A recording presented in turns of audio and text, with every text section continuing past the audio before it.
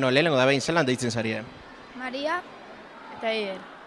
Eta zuek izin zarie aurten pregoi irakurteko arduradunak, ezta? Pregoi txikia.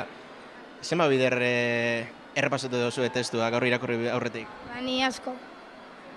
Nik bakarrik txupin, baina ikusten da, Imaginetan dut, momentu bizipen polita esango zala, ezta? Bai. Urduri, baina bai. Urduri egon zari edo nik lasa ikusi zaituet, bizope? Ni urduri. Bai. Eta bestela, normalean pregoi txikia ikusten eta hanbean egoten zarie?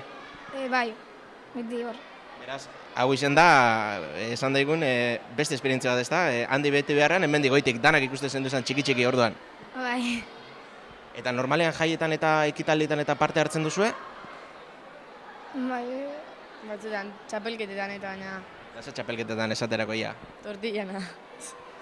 Eta zuke tortilla egiten laguntzen duzu edo begira gehiago? Guk lagunok eza bai.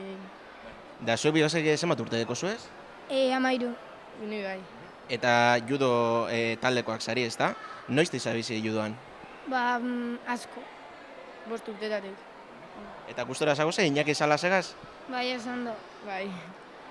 Leku askotara joaten zari, ezta? Kanpora eta kanpotik eta bilken zaria? Bai. Frantzian era. Noiz joan zinen Frantzera ba?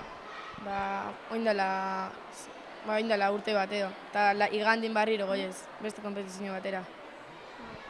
Beraz ez dugu zuek judo izteko asmorik. Ez. Eta Durangardanak animako dugu taldean apuntatzera? Bai. Zegaitik apuntatu beharko leukia.